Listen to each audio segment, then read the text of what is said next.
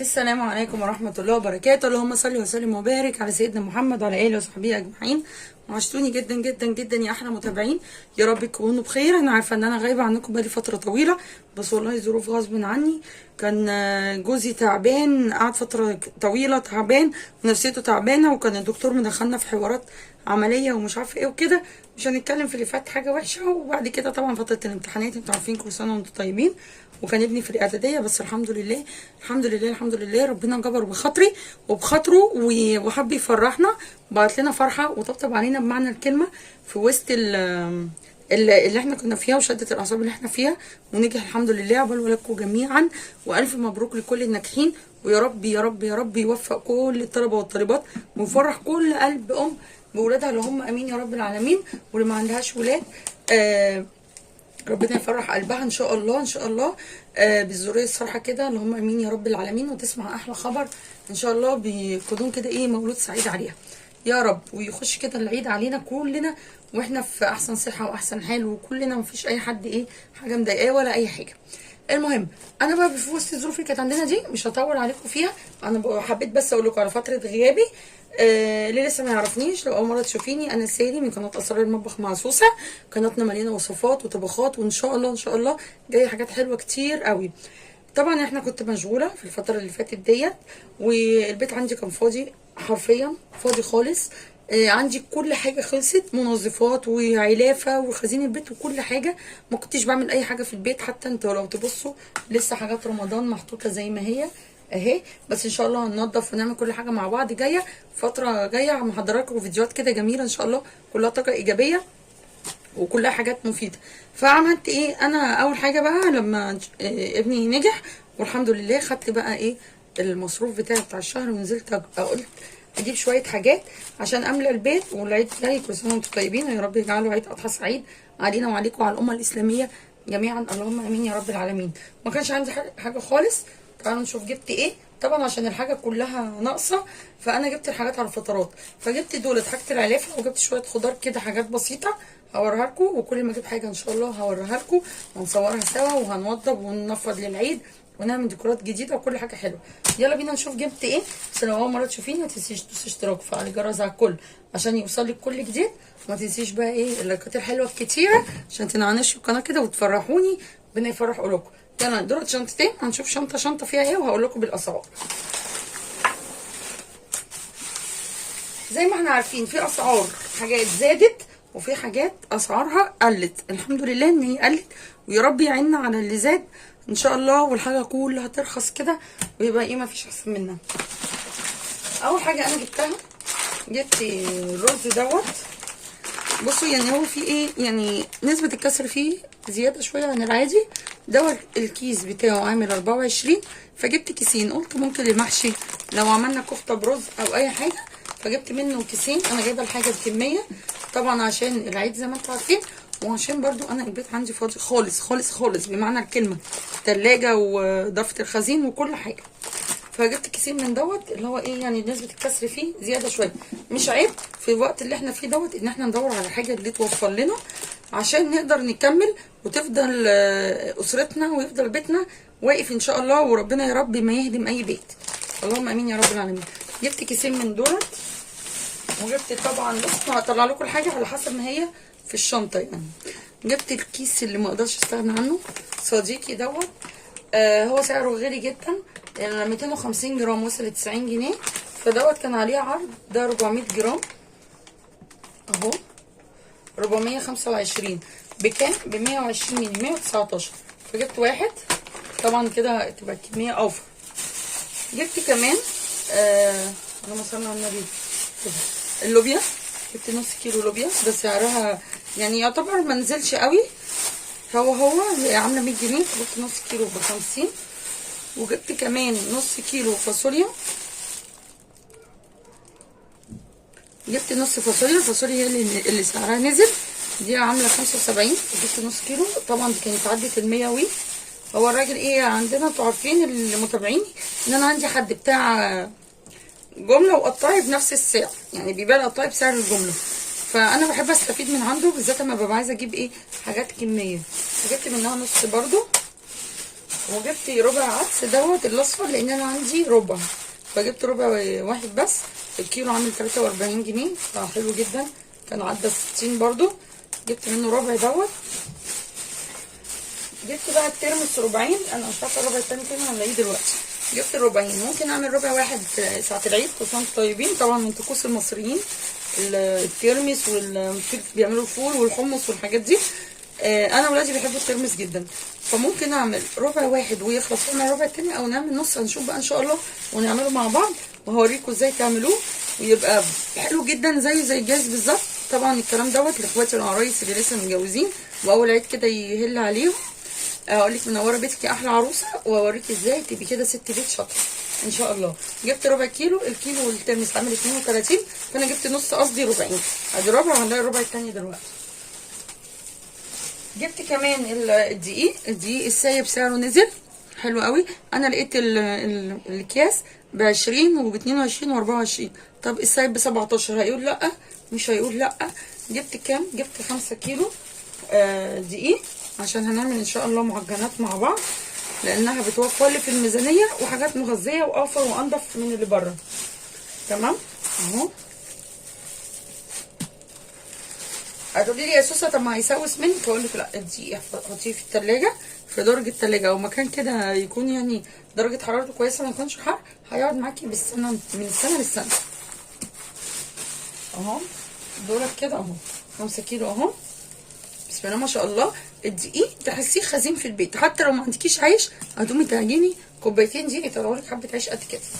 ادي كده ايه الدقيق دوت. بقى الرز سعره رفع شويه، كان الفتره اللي فاتت ب22 وكان ب24 حلو، دلوقتي ب28 وب30. فانا جبت دوت اهو ب28، جبت منه 5 كيلو برضو. انا فضلت ان انا اجيب السايب الشهر ده، لان الحاجات السايبه بتوفر، وبرده في المساحيق او في المنظفات هجيب برده السايب. ادي اهو الرز اهو، ده كيس نسكافيه البونجورنو، مش طبعا نسكافيه، هو الراجل ادولي اصلا ببقيه الفلوس. تمام، دي كده اول شنطه خلصت معانا. انا دخلتهم كده على جنب. جبت كمان كيلو نشا عامله 32، حطيتها في كيس تاني لان الكيس بتاعها حسيت ان هو ايه هيتخرم، فده جبت كيلو. جبت بقى المكرونه لمتنا دي عامله 25، بس ما كانش فيه اصناف كتير منها، كانت هي الفرن، وكانت كمان اللي هي الصغيره بتاعت الكشري. فالكيلو الفرن تمام، انا ما بستخدم كيلو، ممكن اكتر في الشهر، يعني القالب بتاعي اصلا لو عملت صينيه مكرونه بشاميل بياخد كيلو، فجبت كيس واحد بس الكيلو ديت اللي ايه اللي متعبيه. وجبت ايه بقى من الكيس الصغيره، جبت العصفور، لان العصفور الصراحه سنه العصفور بتاع لمتنا انا بحبه جدا، بيبقى حلو كده وماسك نفسه مش بيتهري ولا اي حاجه. فجبت الكيس ده، الكيس الصغير ده اتعمل 10 جنيه. جبت واحد لسان عصفور، طبعا ده 400 جرام. وجبت واحد اللي هي الملويه دي، وانا عندي كيس تاني. وجبت بقى من ديت ب 10 جنيه اللي هي المكرونه الصغيره بتاعت الكشري دي، او بستخدمها في التحمير. تمام. جبت بقى من بقيه المكرونات، بصوا هي لسه المكرونه الربع الترمس التاني اهو. جبت كمان كيس الفول دوت حلو قوي، النص كيلو عامل 22 جنيه، فلقيته نضيف حلو عشان نبقى ندمس كده مع بعض للفطار. طبعا فاطين في الاجازه، الولاد قاعدين يبقوا عايزين بقى كده افطار متين عقبال ما برجع من الشغل، فاعمل لهم فول بالطماطم، فول بقى بالسلطه، كذا نوع، وهنعملهم ان شاء الله كلهم مع بعض. وبرده ممكن في المصيف ادمس واخده معايا ان شاء الله، ربنا ما يجيبلناش حاجه وحشه. فجبت كيس ده نص كيلو. جبت كمان علبه الجيلي دي عامله 12 جنيه، جيلي فراوله، قلت تبقى حاجه كده ايه، ساعات الولاد بيبقوا عايزين حاجه حلوه اطلعها واعملها لهم. جبت ربع شاي العروسه الشاي هو سعره رافع جدا، دوت عامل 70 جنيه، الراجل عامل عليه عرض، انا سمعت ان هو وصل لمناطق تانية لحاجه و80. تمام.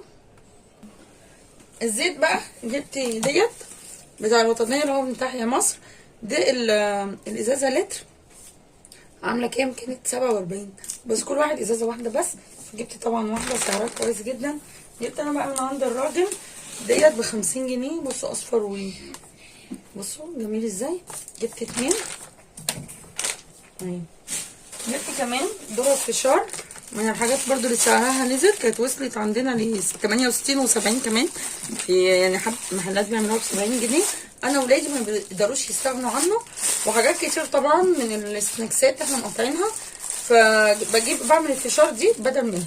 وصل كام؟ ب40 جنيه. حلو جدا. جبت نص كيلو وان شاء الله بعد ما اظبط بقيه الحاجه واجيب كل الحاجه يعني لو لسه الميزانيه معايا ما خرمتش اجيب نص كيلو تاني وبرده اشيله.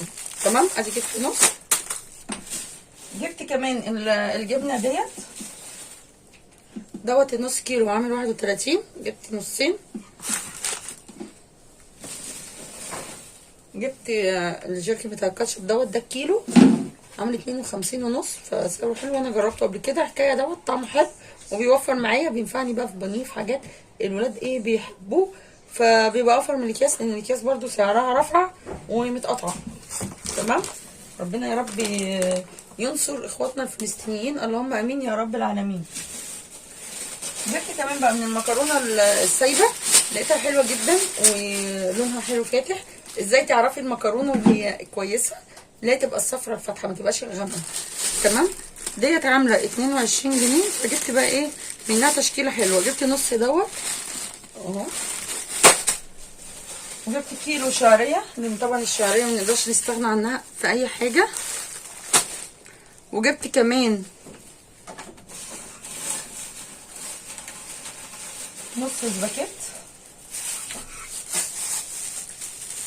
اهي. عنده التخينه والرفيعه والوسط، انا جبت الوسط. جبت نص كيلو. ديت الكيلو كلهم كده يعني الكيلو عامل 22. جبت كمان الخراطيم دي عجبتني قوي برضو ب 22. جبت نص. وجبت لهم كمان الفنكوش دوت. جبت ربع كيلو. الكيلو عامل 40 جنيه. جبت ربع كيلو ب 10 جنيه. برضو ايه بتغيير عن الفشار، وهوريكم بتعمل ازاي. هنعمله ان شاء الله مع بعض، عشان في ناس كتير ما بتعرفش تعمله وسالتني. يعني النهارده واحده وانا بشتريه سالتني هو ده بيتعمل ازاي. يعني في ناس كتير مش لا انا هعمله معاكم في القناه عشان تعرفوا بيتعمل ازاي. وجبت بقى نص عدس الجبه. الكيلو عامل 52. جبت نص كيلو.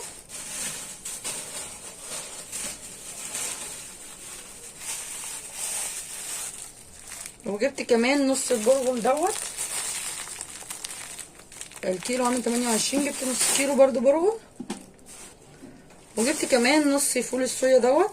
نشوفوا بقى نستخدمهم في ايه، عشان ان شاء الله كده هنجهز تحت العيد المفروم. هنعمل البرجر وهنعمل الحواوشي وهنعصج وهنعمل حاجات كتير قوي مع بعض.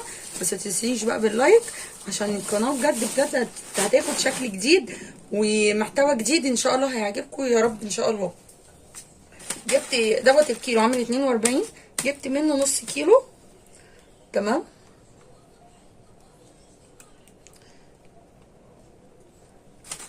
وجبت كمان كيسين الملح دولت اهو.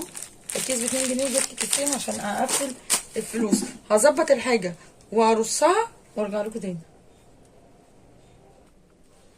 جبت كمان طبق البيض دوت. انا يعني اساسي عندي البيض بالطبق، الصراحه بحس ان هو بيبقى فيه البركه يعني. فجبته دوت عامل 148. برضو البيض من الحاجات اللي سعرها رفع. هنحطها كده على جنب، لان انا كنت حاطاه ايه على الترابيزه بعيد عن الحاجات دي عشان ما يتكسرش. جبت كمان من عنده جبنه رومي.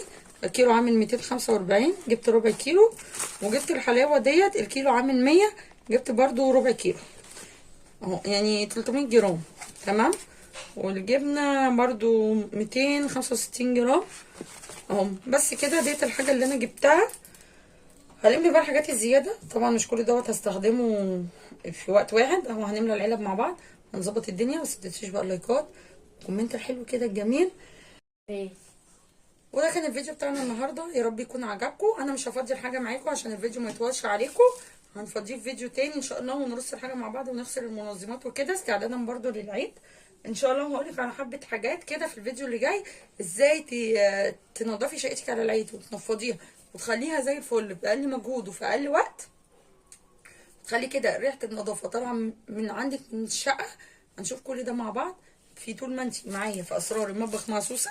هتلاقي اسرار وتكات وحركات مش هتشوفيها في اي حته بس ما تنسوش اللايك والاشتراك في القناه لو لسه ما اشتركتيش، وكومنت حلو زي كده اذكروا الله فيه، وقولي لي انت بتتابعيني من انهي بلد عشان نرحب كده كلنا مع بعضينا. وعايزه اسمع كلمه مبروك، وان شاء الله الزغاريد تملى بيوتكم بالفرح بنجاح ولادكم يا رب، اللهم امين. ربنا يفرح قلوبكم جميعا.